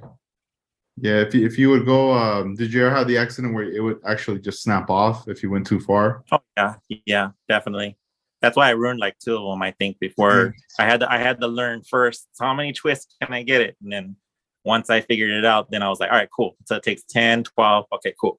So I kept doing those. I want to say I probably did those probably the night before the show, honestly, because I just was worried about getting the car together. So I had to put those rims together day and night. So I remember my mom was like, "Are you still up?" And I'm like, "Yeah, we're getting ready to go." And I'm like, "I gotta get this thing together, you know." So yeah, it's a lot of patience. I'm not gonna lie. Yeah. Have you ever thought about maybe in the future doing another set like that, or nah? You don't want to visit that anymore? No, I mean, I get tempted sometimes. Sometimes, well, like Gary and Mondo know, we always they probably do the same thing. I always work on stuff like the last minute. I go get an idea, and I'm like, all right, I'll make another set of spokes and keep them for safe, like just to see if we could still do them. So. Yeah, I did some of them that I twist them and then I send them out and get a nickel plated. And I did only like 5 sets. And I think I gave a set to Ralph Ramirez for the 68, the purple one. And I twisted the wires and then I send them out and get a nickel plated. So now they were like a lot stronger because it was plated already over the brass. And I have another question from the chat. Let me see. Let me get his name. Here he goes by model car 1589. He wanted to know what's your guys' favorite Impala year when it comes to the model cars. 64. 61. 62. Nice. Yeah. I like those answers. Yeah, 62, I think. And would you guys end up at the time back then like buying multiples of those years whenever you guys would come across them, or just be a little patient, just maybe get one copy? No, 64s were always, if it's available, buy it. Yeah, 64 is pretty available. 61s, I like the older kit better, honestly, than the new one. So I think I got like 2 model house resin ones for that, and I got 1 original, but probably got one of the new ones too, I think. Yeah, that 62 back in the day that was featured in Lowrider Bicycle that I did, that was a resin 62 because you couldn't get 62s. Nobody. I know they were hard to come by. Yeah. And then when they started making the wagons, everybody was all about the wagons. I remember when I got those in at Pegasus, I remember everybody was coming in for them like crazy because I used to order all the resins and stuff and the rims and all the hubcaps. I miss Model House. Model House isn't around anymore. They have tires now, but that's it. But they had the best stuff, custom stuff. Like they had the coolest chrome reverse wheels with spiders in the middle. They were so nice. And did you ever keep any of that stuff, David? Like from back in the day that I still do at the store? I have a lot of stuff that I picked up. I mean, I'm not gonna lie. I mean, it's probably the worst job I ever wanted to get into. Not because I loved everybody and I loved helping everybody with the models and stuff, but it's so hard when you have a model car habit because I would leave my paycheck there all the time, and I would buy all the rims and all the stuff. And it was just crazy. Hold on, my phone says it needs to be charged, so hold on. Yeah, no, go ahead, dude. I know what you mean, man. That could be very tempting, especially being very young and starting. And it's just like, cool, I'm around all the stuff I love and what I'm into, and then it's like, oh, we got new product in, and you're very tempted as to like, all right, I'll buy it. I'll leave my paycheck here. No, it's true. Sorry, I'm trying to put my phone on the charger, but it's not. Hold on. Sorry. Well, let's see, Armando. Tell us about the car that you have in front of you while David's getting set up right there. This is Boogie Nights 2.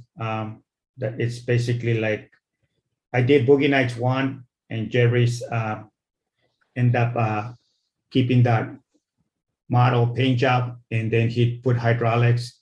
So this one is like the second version of it, but I kind of changed the paint job a little bit, but it almost looks the same, but it's not. And this is a 69, but it's still in the works. I added these freak dots in here just to try something different, and I was able to accomplish what I wanted. And I tried it on another car. This is the car from genocide. And I kind of did the free dots the same way here. So it was a good experience working on the other car and now on this one. It looks so killer. Thank you. I want to show David something that he hasn't seen for probably more than 20 years. More than 20 years. Got me wondering now. And you put a note in here. Handle with care, please. Yes. Do you remember this?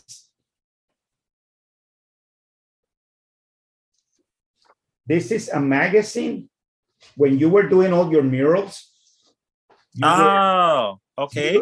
You were doing this beautiful murals of girls, and based on this magazine, I did a car and I put the mural of that girl on a 64. I do remember that. Yes. A blue one, and that was you put, I think this one good, not to rebuild, done with class. Damn, that's a long time ago. Yes. And it's still here waiting. Wow, that's crazy. It's not mine, it's yours. But I still have it here I used to collect those a lot for like the murals and stuff, because I used to do a lot of like the Lady Death and different girls like on the trunk of Yes. Then you got me into buying more. So I ended up buying a few more collectible magazines that every time I see them, I'm like, let me buy it for the murals and stuff, ideas and stuff. So that's crazy. One day when you come into my garage, I'm gonna give them back to you. That's cool. Damn, those are like image comics. Crazy. I figure I can bring it to this podcast attention, like this is 20 something years ago. Man, I've never seen those before. No, they were in my stash here. Damn, that's cool. I remember, Armando, one time you busted out with an album that had like all the flyers from a lot of the events from back then, and they were like in mint condition. I have it here. Let me show you. Let's see. Flip through some pages. Let's see if you guys can remember any of these flyers. I couldn't find them, but I had all the business cards from Gary Seeds from day one. Let me see here. This one here. This book here has all kinds of flyers from oops. Heaven. This is a catalog, but let me go back to here. R&R, I remember R&R. Back in R&R. Machine Aluminum Specialties. MAS, I remember that. Model Car Warehouse. This is the Detail Master. These are catalogs, but I'm going to show you the other one where this is Detail Masters. Oh, this is better.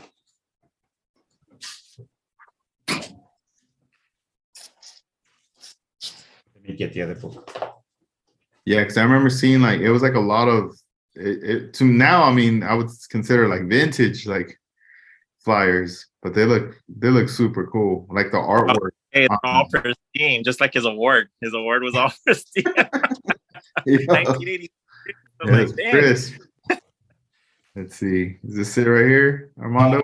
No. Oh, I have something from another one from David. Anthony. Oh, damn. Let's check it out. Check this out.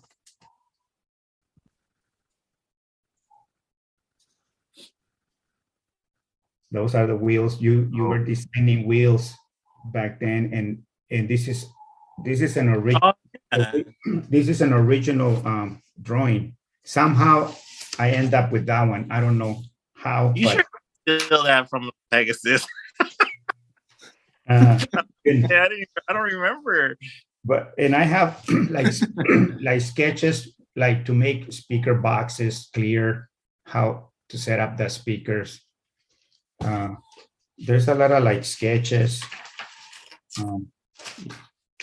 Remember this drawing, David? I remember that. This is when you first made masterpieces. Was that for like a t-shirt? Yeah, for like a t-shirt. Man, Yeah. that would be dope. That's a cool design right there from David. Yes, and there was something I wanted to show you guys here.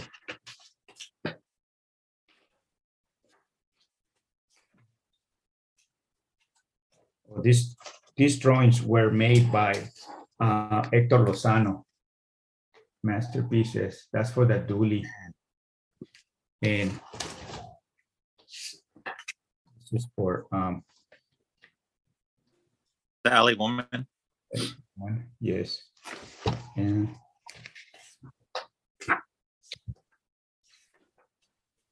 this is for Aztec Gold. He did that, and we put it on some t-shirts. These were the t-shirts this design. But I kind of keep all my stuff, like even from Peterson, when you take stuff at the Peterson and it tells you like your prices of your car models, how much they're worth and stuff. Everything is, I keep it. I don't know why, but I still keep it. That's dope. Dang, keep it to share it. That's for sure. That's Yeah. pretty nice. Dang. And you, Gary? I see in the background you have like posters and like different things in the back. Is that are those like some of your features? Yeah, let me see. Let me flip this around.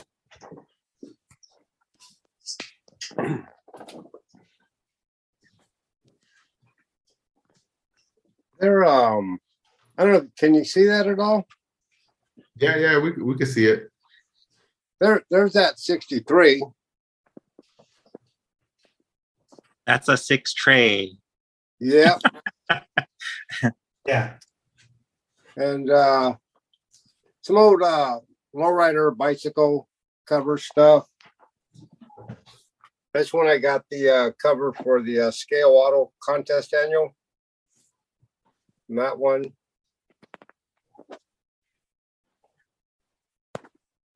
And more model car stuff. There's Tony's Lincoln. Mhm.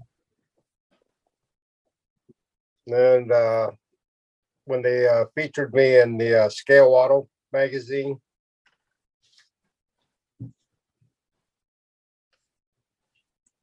Want to see something really weird? There's me at 16 with my 66 Impala. Yeah, but yeah, just, normal stuff. I found this, David, you would probably dig this. That's from Cali Pinstriper, crazy painter, whatever they called him. Yeah, that was a poster, I guess they had made at one time. I found it on eBay. That's So I cool. had to have it.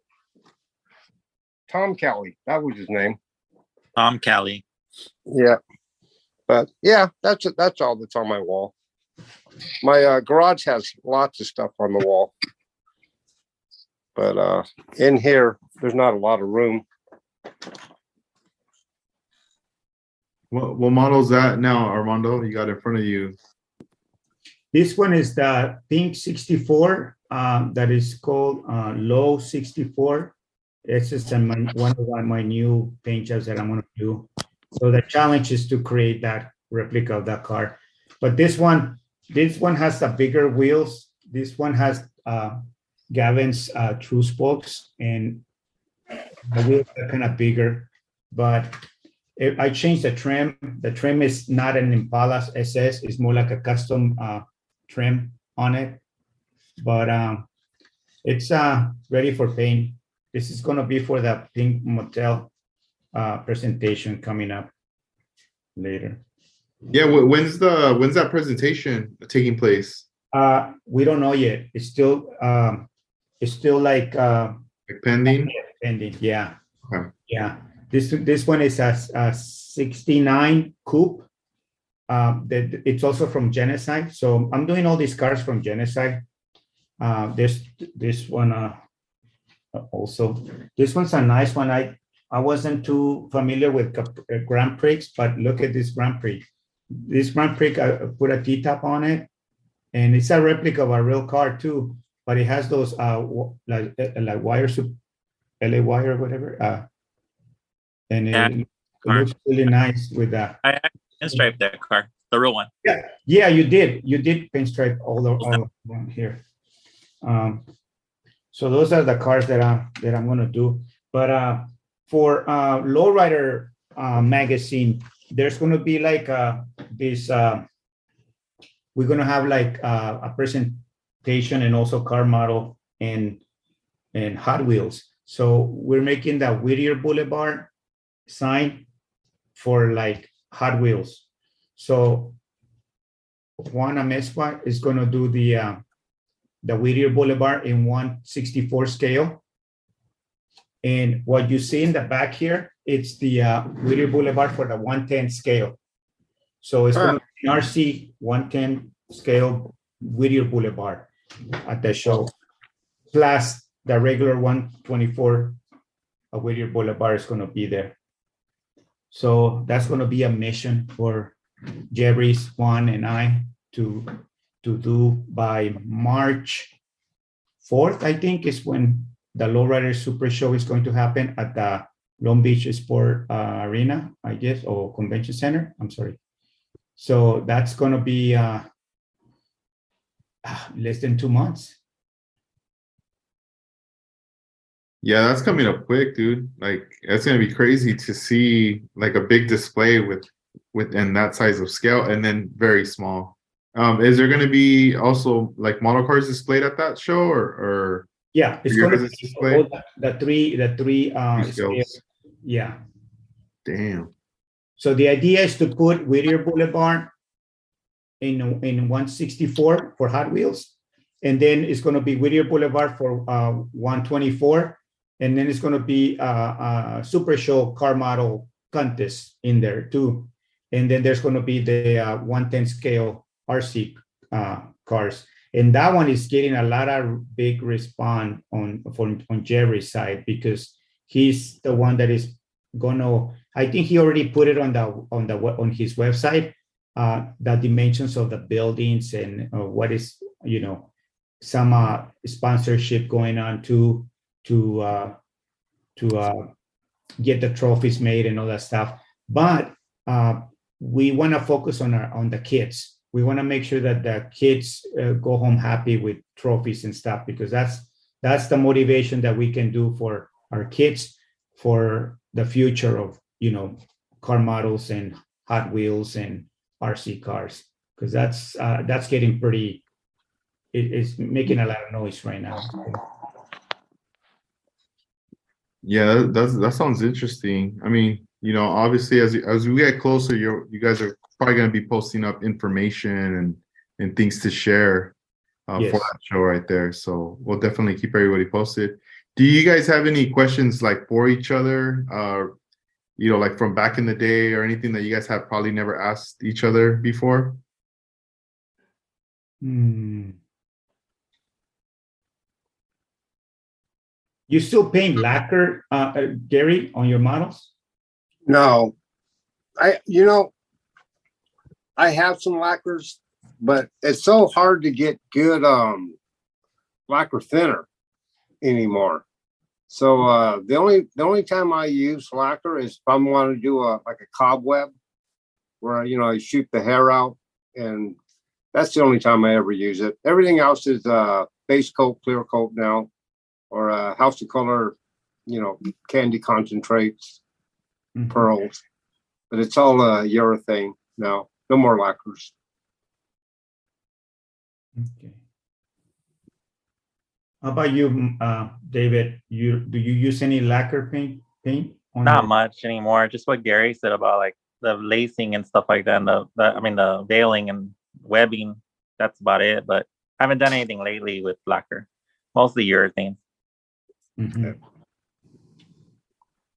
Dang. So like, for the viewers that are watching right now, I know, Gary, once in a while he'll like share photos of like projects he's doing. You do professionally, painting cars, motorcycles, boats, and pretty much any project. Where are you located, Gary, where people want to check out your stuff, or maybe, I don't know, maybe there might be a viewer in your area that might be interested in your services?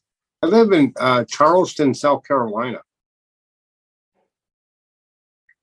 Nice. So yeah, I mean, But I just started a YouTube a couple of days ago, right?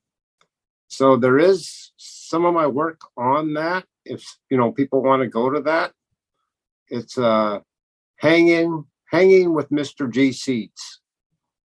But yeah, there's stuff on there that I paint. There's model car stuff. Having a kick with it, so they definitely can see stuff there. Or you can Google my name. There's lots of stuff on the computer. Yeah. I've been enjoying your channel. Seeing the videos, the content you've been producing, like posting up. It's been awesome. Would you say like model building definitely contributed to you? What you're doing now, have been doing. Just painting cars and projects. Actually, I was a custom car painter before I was a model builder. I didn't start building models until I was about 32 or 33. I built them as a kid for a year or so, but wasn't really interested in them until I got older. And but before that, I painted custom cars, drag boats, motorcycles, and I just used what I did on the real cars and just converted it over to the model cars, and started painting them with the same material and the same style, I guess, and the same techniques, and just started building models and never stopped. It's never been anything I got tired of. Man, that's great. And also with you, David, I know, professionally you paint, you pinstripe, and you worked on like just so many cars for people too with pinstriping. And I remember even seeing photos of you even working on like fabricating or like doing like stuff with like other projects at cars. And then you have the Dragon Shop. Can you tell us some history behind that? Behind the Dragon Shop? Yeah. Yeah, well, unfortunately we had to close the shop probably about 2-3 years ago, because my dad had a heart attack. So he's doing better stuff, but anyway, it's kind of a sore subject because we lost my mom like 2 years ago. So it's been kind of rough on that. But we just started the shop. Just as a family. We worked at our house, and then little by little, everybody started adding more stuff, and then we started doing more stuff. So I was doing probably the Dragon Shop since probably when I was 14, 15, around there. So, and that's when we were working at the house. But I don't know if that's what you're asking. What are you asking exactly? Yeah, it's more like the contribution with like model building. I know with the Dragon Shop, there's a lot of modelers that I've interviewed in the past who have said they got that opportunity to come over to build models and hang out with you guys there, that you guys open up their doors. But at the same time, like having that experience, having that in the family business, contributing, even like to car model builds, and then further on pushing yourself in your career, becoming a professional painter and pinstriper, and still doing it till this day. It's crazy, like just seeing how, how Armando said earlier, you guys were building models, but then at some point you guys all kind of went your own direction. And even with Armando, like when I look at his 65 Impala, I always like trip out, when he tells me about the design and like things that went into building that car, because there's a lot of like things that aside from model building that you guys do in your professional life, in your daily life. And it's inspiring to see that. I like, for myself, like, I just build models. Like, I wish I had that kind of ability. I've attempted to learn how to paint and even pinstripe, and I haven't done it like anything like professionally, doing any jobs like that, but I did kind of dip into it where it's just like enough to like enjoy it as a hobby, but also appreciate what you guys do as professionals with painting and just creating all these things here. Yeah, I mean, we used to do like it's funny because when we were doing the cars for people and their customers and they became friends and stuff, like then little by little we found out they like building models too, because they would see the models in my office and stuff. So then we just started doing like a kind of like a Friday night thing every so I think every month we did a Friday night thing, or every week maybe. And but yeah, it was just, that's like how we met Roger, Michael, Gary, everybody. Gary, I don't know if Gary might have came once. I'm not sure. Gary, did you? Or I'm not sure. No. I always seem to be doing something. I remember James and Bobby or someone would say, or Henry, that they're on their way there. And I just never made it. Yeah, it was fun. I mean, we used to just sit down and learn from each other. And my brother would be hacking on someone else's model, chopping the top or extending it or whatever. And everybody would bring that project back and we work on it some more. But it was a lot of fun. I mean, a lot of people from my work, like when I went to Pegasus, Willie Senior, everybody, Henry, everybody would come, Ralph, everybody would come, like, and hang out. And then we'd bring pizzas, or we'd go to In-N-Out afterwards. And Michael would eat his 8x8 burger and stuff like that. And yeah, it was a lot of fun. I mean, but yeah, I mean, I love it. I mean, it's my life. I mean, it's what I do, I mean, I know I took a little hiatus there for a while, unfortunately, but I'm glad to be back to it. I'm doing a lot more of my art, doing a lot of pinstriping on people's different shops and things like that. I mean, I know we lost Danny, a year ago now, and I worked for Danny D for probably about 9 years, I want to say, and I learned a lot from him, and he pushed me a lot. Like, he got me more or less to where I'm at. My parents got me where I was at. Larry Watts and everybody got me from where I'm at. And I'm unfortunately I've learned from everybody, and I'm still learning. And I'm 48 years old and I'm still learning. And doing the models and trying to get better. And that's dope. I mean, it's just, I'm very lucky to have known those people. Like, I've known Ed Roth, I've known Larry Watson, Al Lazarus, all these people that just told stories, and I love listening to the stories, and they built, everybody would come for the models and we learn from them, like what they went through and what they had to go through and what they do, and artists and painters and stuff like that. So, I'm just grateful for all those people, and for Gary and for Armando, Willie, everybody's always there for me. Even when I went through my tough time, I mean, everybody came through for me, so I'm unfortunately, I'm really happy that I'm here. So, I mean, yeah, no, it's been exciting seeing your Instagram page, like when you're posting, like things that you're working on, like current projects. It's like really cool. You could see the inspiration, the spark that's right there with every post that you're putting up. Yeah, I'm trying to get more into it. I'm trying to do more on my posts, trying to finish off things that I owe people, from work and things like that. So I've just been busy. I mean, everybody just be patient. I will get to you, but I'm just trying my best to do more stuff for myself too, and I can't be working as hard as I used to. But yeah, I that the model page has been good. A lot of people give me good feedback, and everybody just loves what I do, and I'm happy that they like it. I'm just doing it for myself, but everybody's like all about it. So hell yeah, dude, you got fans, man. We're all fans. Yeah, it's crazy. For as many years I've been in this, and I know Mondo feels the same way. I know Gary feels the same way. Like talking to Gary, and and he's showing me his bubble tops, and he's showing me that 65 and all these different customs he's doing and painting, and his motorcycles he's painting and stuff, and it truly inspires me. They inspire me, and just get inspired by people. Period. Just have fun with it, and that's what I did for all those years. I competed and whatever, but it's like I just did it for the fun, and that's what I always told everybody: just do it because you love it. That's it. Yeah. Damn, that's awesome. I totally agree with David.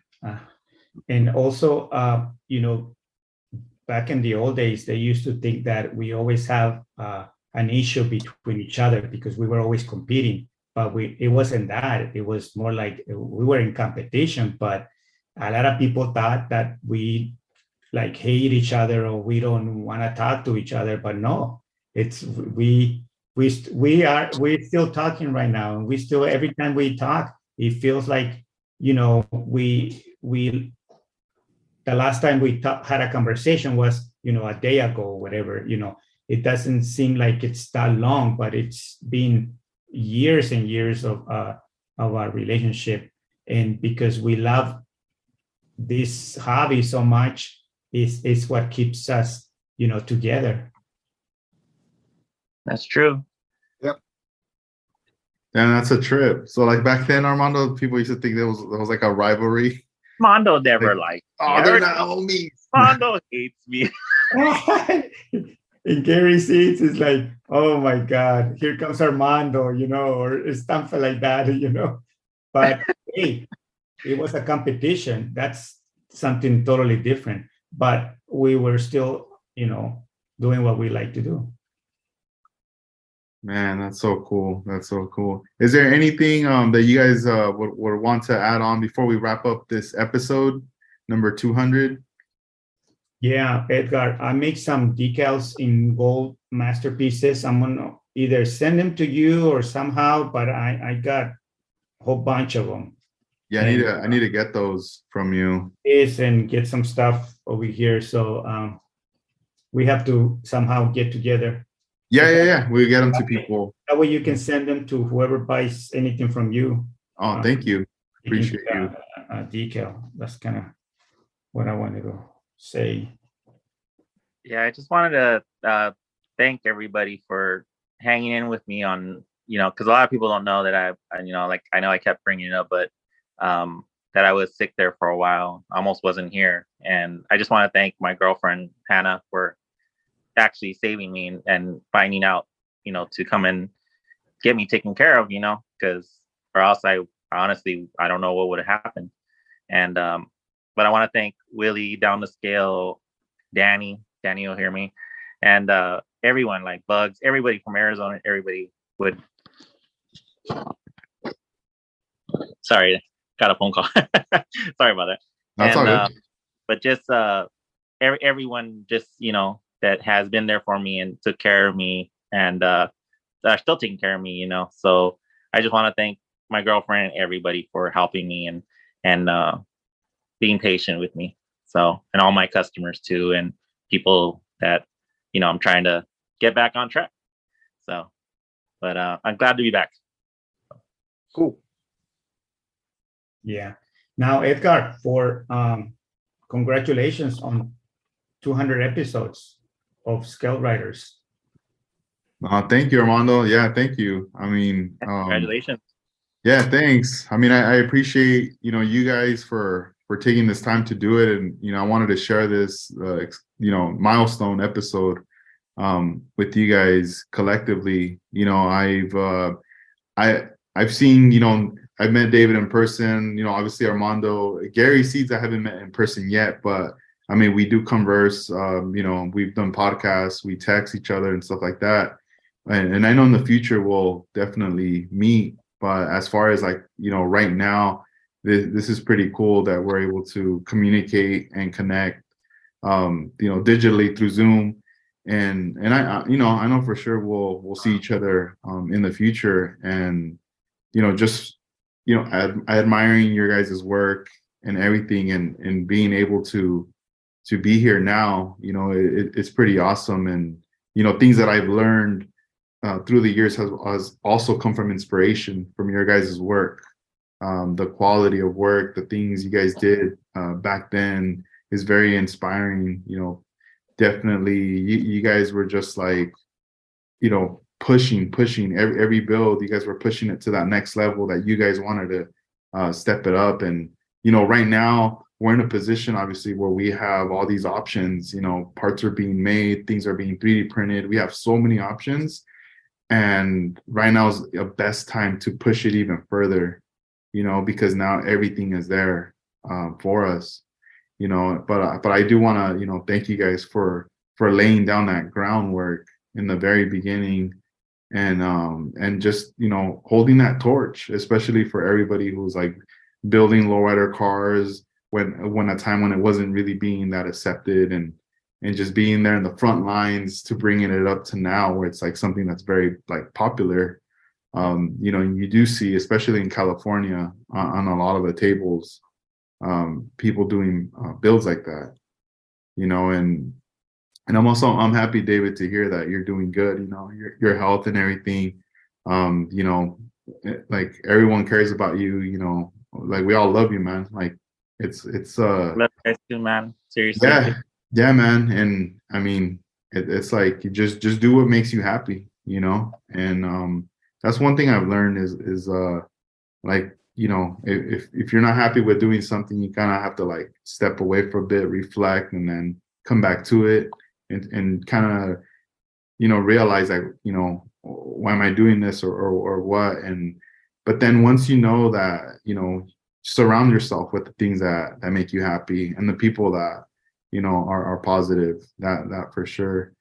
And I mean, I'm excited, and also proud of like Armando. Keep pushing the presentations. He's shown me like stuff from the past, like what year he started the first presentations, and then how leading up to it now. But I would say like those first ones, it was him presenting his models, but then later on in the years, turning into collaborations with other modelers, including them to participate in the presentation.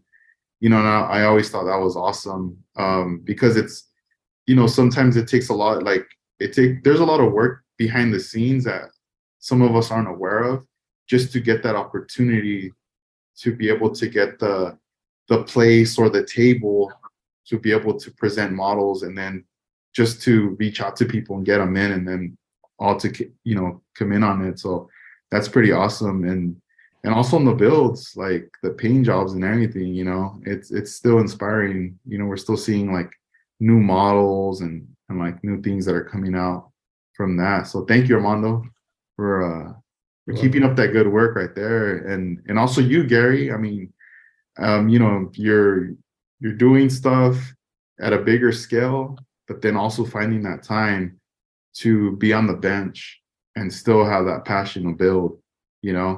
It's you're still like you're doing both, day and then by night, and still just the paint jobs too, just pushing it, like the things you were doing back in the 90s, like blowing people's minds with the colors and everything, and even now still doing it like that. It's crazy, man. It's you three guys are definitely our heroes, man. And just keep doing it for as much as you can.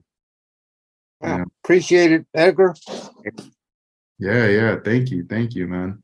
So this is 65 Lokes signing off. This is episode 200 with David Anthony Garcia, Gary Seeds, Armando Flores. Thank you guys. Definitely true legends right here. And I also want to shout everybody out in the chat room, everyone that tuned in live from the beginning to the end. I know everyone who's in there, it's like different time zones and everything, but just thank you for hanging on and being here. So once the episode goes up, I'll definitely link all you guys' Instagram accounts, and that way people could continue, if they're not tuned in, they could check your guys' workout. All right. Well, you guys have a good night, and thank you again. Good night. All right, guys. Take care. Armando, David. Later, Armando. Gary. Take care. Bye-bye. Bye.